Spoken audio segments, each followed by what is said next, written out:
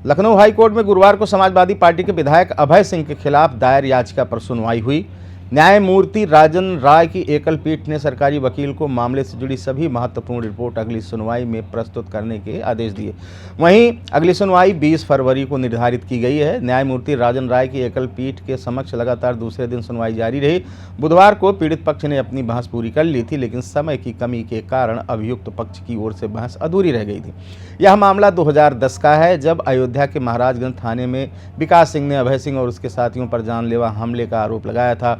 मामला बाद में अंबेडकर नगर कोर्ट में स्थानांतरित कर दिया गया था। 2003 में Ambedkar Nagar MP MLA court ने सुनवाई के बाद अभय सिंह समेत सभी आरोपियों को बरी कर दिया था। इसके बाद विकास सिंह ने इस फैसले को हाई कोर्ट में चुनौती दी। मामला हाई कोर्ट की लखनऊ बेंच में पहुंचा, जहां 20 दिसंबर 2024 को 2 अलग अलग फैसले सामने आए।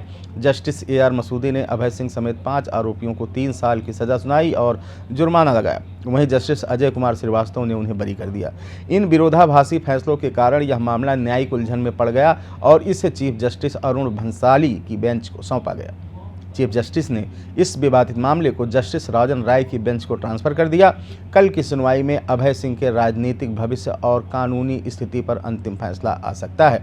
यह मामला सिर्फ कानूनी नहीं बल्कि राजनीतिक महत्व भी रखता है। अगर अभय सिंह दोषी करार दिए जाते हैं तो उनकी विधायकी पर असर पड़ सकता है। वहीं बरी होने की स्थिति में यह उनके लिए एक बड़ी जीत साबित होगी।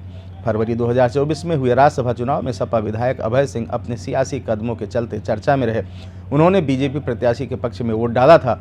आरोप भी लगे थे कि बीजेपी ने धन बल और बाहुबल के जरिए सपा के विधायकों को तोड़ने की कोशिश की।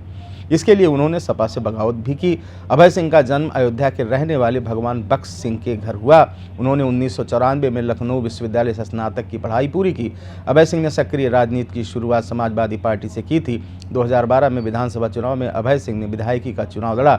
इस चुनाव में अभय सिंह ने बसपा कैंडिडेट इंद्र प्रताप तिवारी और खब्बू को हराकर जीत दर्ज की थी। 2017 में अभय सिंह चुनाव हार गए। 2022 विधानसभा चुनाव में अभय सिंह ने तीसरी बार सपा के सिंपल पर चुनाव लड़ा और बीजेपी उम्मीदवार आरती तिवारी को हरा दिया, जो खब्बू तिवारी की पत्नी थी।